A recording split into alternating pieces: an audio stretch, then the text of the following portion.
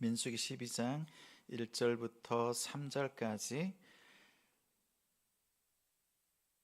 함께 읽겠습니다. 모세가 굿수 여자를 취하였더니 그 굿수 여자를 취하였으므로 미리암과 아론이 모세를 비방하니라. 그들이 이르되 여호와께서 모세와만 말씀하셨느냐 우리와도 말씀하지 아니하셨느냐 하매 여호와께서 이 말을 들으셨더라. 이 사람 모세는 온유함이 지면의 모든 사람보다 더하더라. 아멘. 성도가 비방을 견디는 힘, 성도가 비방을 견디는 힘이라는 제목으로 말씀 전하겠습니다. 우리 인생에는 돕는 아군도 있지만 싸워야 될 적군도 있습니다. 적은 밖에도 있고 안에도 있습니다. 어떤 적이 여러분을 힘들게 합니까? 이해를 돕기 위해서 제가 다시 한번 질문하겠습니다. 저 바깥에 있는 길거리에 지나다니는 사람들이 여러분을 힘들게 합니까? 아니면 집 안에서 같이 살고 있는 사람이 여러분을 힘들게 합니까? 누가 더 힘들게 해요? 사면초가네요. 우리 교회학교 친구들에게 묻습니다.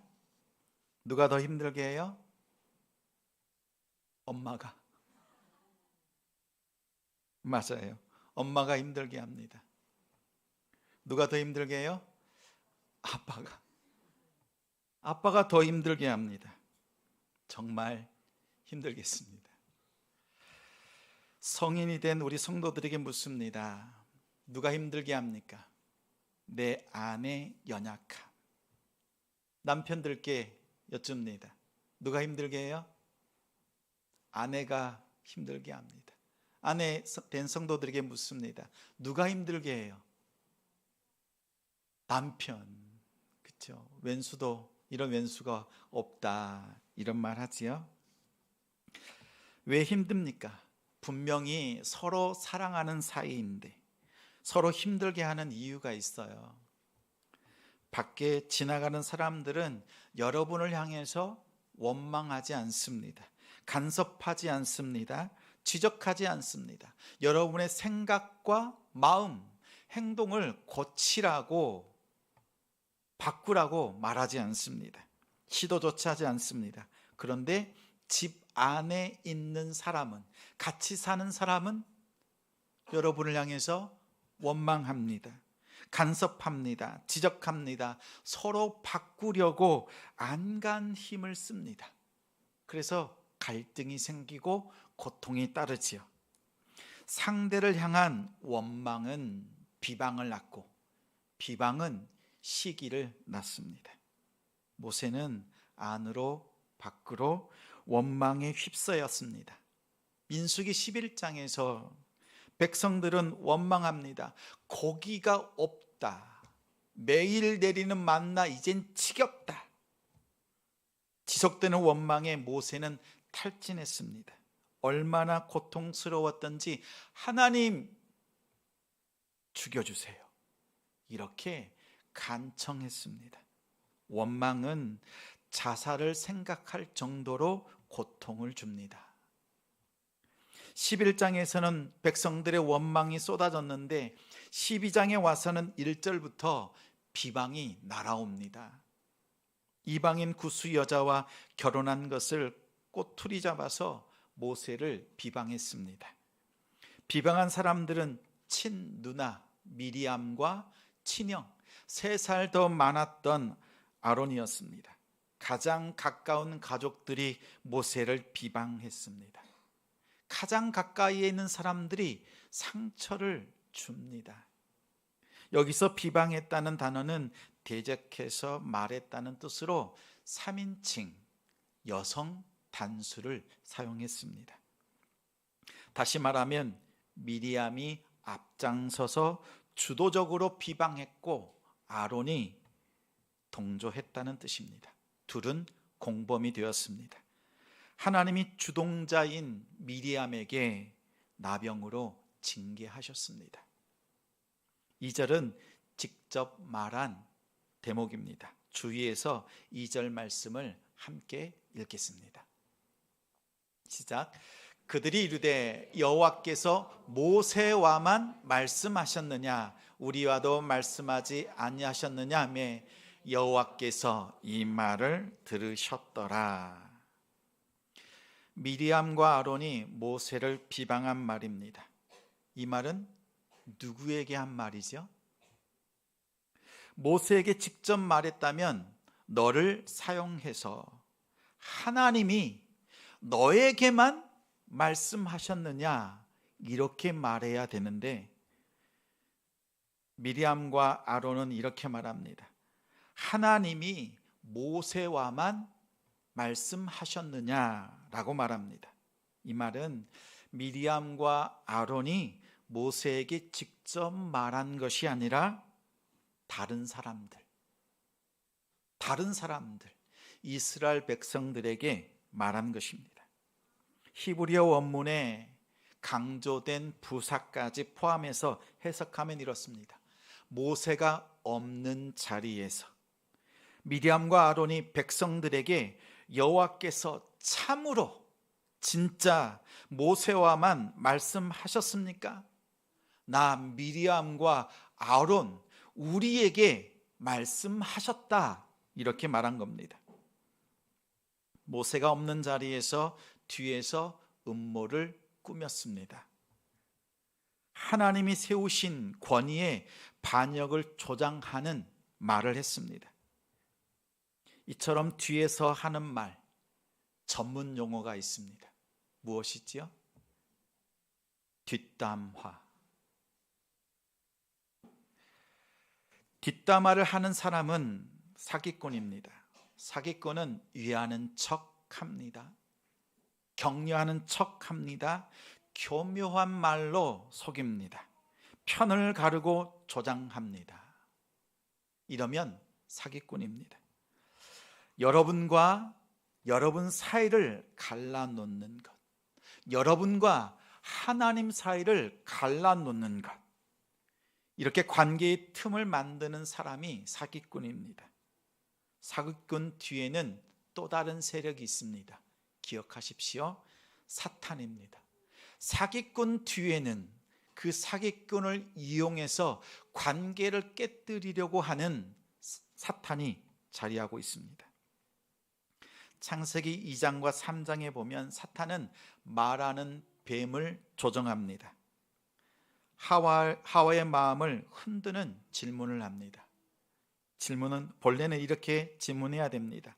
하나님이 참으로 진짜 선악과의 열매만 먹지 말라고 했어? 이렇게 질문해야 되는데 사탄은 뱀의 입을 열어서 이렇게 말합니다. 하나님이 참으로 동산의 모든 열매를 먹지 말라고 했니? 하나님은 뭘 먹지 말라고 했어요? 선악과만 먹지 말아라 했는데 참으로 정말 모든 열매를 먹지 말라고 했어? 라고 하니까요, 이 질문에 하와가 흔들립니다. 남편 아담으로부터 들은 말씀을 그 확신이 흔들립니다. 깨집니다. 의심하고 변질되었습니다. 우리 성도 여러분에게 제가 질문하겠습니다. 마음으로 답해 보세요. 여러분은 구원 받았습니까? 마음으로 답하라고 말씀을 드렸습니다.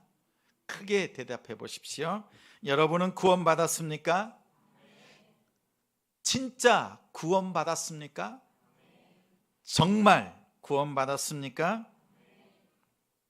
그렇다면 구원받은 증거를 보여주십시오. 여러분이 정말 구원받았다면 그 구원받은 증거를 보여주세요. 지금 보여주시겠습니까? 어떻게 보여주시겠습니까? 증거를 내세울 만한 것이 하나도 없습니다. 어떤 성도는 이렇게 말하겠지요. 예수님을 믿는 믿음이 있습니다. 맞죠? 근데 그 믿음이 좋았다가 바닥을 내려갔다가, 그 믿음의 순도가 형편없습니다. 어떤 성도는 말하지요, 하나님 앞에 충성을 다하고 있습니다. 어떤 때는 충성했다가 어떤 때는 시시때때로 배반하는 게 우리의 충성 아닙니까? 이것으로 내가 구원받았다는 증거라고 말할 수 있겠습니까? 염려하지 마십시오. 성도 여러분이 구원받은 증거가 있습니다. 그 증거를 보여주세요 라고 하면 구원받은 증거, 여러분 안에서 찾으려고, 여러분이 행한 일에서 찾으려고 노력하면 백날 찾아도 그 증거는 찾을 수가 없습니다. 구원의 증거는 여러분 바깥에 있습니다. 예수 그리스도의 십자가가 구원의 증거입니다. 사탄이 여러분의 죄를 가지고 비방하고 죄책감을 들게 하거든 십자가를 내세우십시오. 네가 그러고도 성도냐, 하나님의 자녀냐라고 말하거든, 그래, 나는 하나님의 자녀다. 그 증거는 내가 행한 일이 아니라, 나의 믿음과 충성이 아니라 하나님께서 나를 위하여서 행하신, 그리스도께서 죽으신 그 십자가가 증거다. 이렇게 말하는 성도, 남동탄 지성교회 성도입니다. 이 믿음을 증거로 내세우시길 바랍니다. 성도가 세상의 비방, 사탄의 교묘한 비방을 견디는 힘은 여러분 안에 없습니다. 여러분 바깥에 있습니다. 여러분 바깥에 하나님께서 행하신 일, 그것이 견딜 수 있는 힘입니다.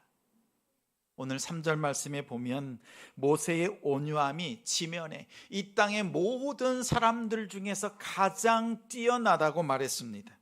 모세가 원망과 비방을 이긴 그 힘은 모세 안에 있는, 모세가 가지고 있는 온유함처럼 들리지만 그렇지 않습니다. 아나부라고 하는 온유함은 성품이 겸손하다, 부드럽다 하는 뜻도 있지만 고난을 통해서 다듬어진 경건한 사람. 다시 한번 말씀드려요. 고난을 통해서 다듬어진, 만들어진 경건한 사람의 도덕적인, 영적인 상태를 말합니다. 모세는 하나님이 고난으로 다듬으셨습니다. 철저히 깨졌습니다. 낮아졌습니다. 전적으로 하나님께 순복하는 삶을 배웠고 하나님의 말씀대로 행하는 사람이 되었습니다. 이러한 성품은 인간의 도덕성이나 인내하는 것으로는 불가능합니다. 원망과 비방이라고 하는 고난 가운데서 하나님의 영, 성령으로 인하여서 감화될 때 우리는 진정 변화될 수 있습니다. 바울은 이런 사람을 두고 죽었으나 다시 살아난 사람이라고 말합니다. 죽은 사람은 어떻습니까? 아무리 원망하고 비방하고 시비를 걸어도, 건드려도 반응합니까? 반응 안 합니까? 반응하지 않습니다. 그래서 율법에 대해서는 죽은 사람, 그러나 복음이신 예수 그리스도께, 하나님의 말씀에 반응하는 사람, 그 사람이 성도다라고 말합니다. 성도는 기억하십시오. 세상의 것들에, 죄에 반응하지 않고 복음에 반응합니다. 하나님의 말씀에 반응하는 사람입니다. 우리 성도들이 하나님께서 다듬으시는, 하나님께서 만들어주신 그 온유함으로 말씀에 반응하는 성도가 되시기를 바랍니다. 성도가 비방을 견디는 것, 이겨낼 수 있는 힘은 하나님께 있습니다. 하나님께. 2절 말씀 말미에 보면 미리암과 아론이 모세를 비방합니다. 그 뒷담화를 하나님이 먼저 들으셨습니다. 왜 하나님께서 이 비방하는 말을 먼저 들었습니까? 하나님께서 세우신 권위를 도전했기 때문입니다. 이 모세의 권위는 높은 명성, 명예가 아닙니다. 권위, 권면과 위로입니다. 4절 말씀을 화면을 보고 함께 읽겠습니다. 시작. 여호와께서 갑자기 모세와 아론과 미리암에게 이르시되 너희 세 사람은 회막으로 나오라 하시니. 잠깐 두세요. 이 문장에서 눈에 들어오는 단어가 하나 있습니다. 무엇입니까? 갑자기? 맞습니다. 갑자기입니다. 갑자기 개입하셨습니다. 원망과 비방으로 하나님이 세우신 권위가 무너지는 것을 하나님은 좌시하지 않습니다. 원망과 비방으로 성도들의 마음이 무너지고 공동체가 깨어지는 것 하나님께서 결코 간과하지 않습니다. 갑자기란 즉시, 즉각적으로 하나님께서 개입하셨다는 뜻입니다. 아브라함이 애굽으로 내려갔습니다. 애굽 왕 바로 왕이 사라를 빼앗아 갔습니다. 그랬더니 아브라함은 힘이 없어서 아내 사라를 내어줄 수밖에 없었습니다. 그때 하나님께서 갑자기 즉시 개입하십니다. 왜 개입하셨죠? 하나님의 약속이 있습니다. 아브라함의 몸속에 사라의 씨가 들어가고 그 생명을 통해서 자손이 태어날 것을, 큰 민족을 이룰 것을 약속해 두셨습니다. 그런데 어떤 위기가 있는 거예요? 사라의 몸속에 나쁜 사탄이 조장하는 바로 왕의 씨가 들어갈 절체절명의 위기가 생긴 겁니다. 그러자 하나님께서 직접 개입하셔서 막아주시는 거예요. 막아주시는 겁니다. 하나님께서 세우신 그 약속, 하나님께서 세우신 그 권위가 깨어질 때 하나님께서는 좌지하지 않습니다. 원망과 비방이라고 하는 그 말을 버리고 하나님의 권위를 세우는 우리 성도들이 되시길 바랍니다. 시편 121편에 내가 산을 향하여 눈을 들리라 나의 도움이 어디서 올꼬 전지 지으신 여호와 나의 왕이여 영원 무궁히 지키시리로다. 여러분을 향한 도우심, 즉각적인 개입하시는 하나님의 그 은혜가 어디 있는지 살펴보십시오. 말씀은 뭐라고 얘기합니까? 너 자신을 봐라. 세상은 말하지요. 너 자신을 봐라 라고 말하지만 성경은, 우리 주님은 산을 바라봐라, 하늘을 바라보라. 너의 도움이 어디서 오는가? 그 도우시는 분은 우리 하나님이시다. 원망과 비방의 말을 버리고 하나님의 권위를 세우십시오. 권위, 권면과 위로로 성도들을 세울 수 있는 우리 성도들이 되시길 바랍니다. 오늘 말씀을 기억하고 이번 한 주간 하나님의 권면과 위로가 필요한 영혼들을 살펴보십시오. 그리고 그 영혼을 위해서 간절히 기도하십시오. 그리고 주님께서 주신 그 권면과 위로를 여러분이 먼저 누리고 하나님께서 다듬어 주시는 그 온유함으로 그 한 영혼을 향하여서 권면하십시오. 복음으로 위로하십시오. 말씀으로 섬겨주십시오. 그러한 한 주간이 되기를 소망합니다. 상대의 약점을 이용하기보다 실수를 물고 늘어지기보다 그 약점, 부족한 부분을 권면과 위로로 채워주는 온유한 사람, 모세와 같은 그 사람을 우리 주님께서는 기뻐하십니다. 예수님께서 하신 일이 무엇입니까?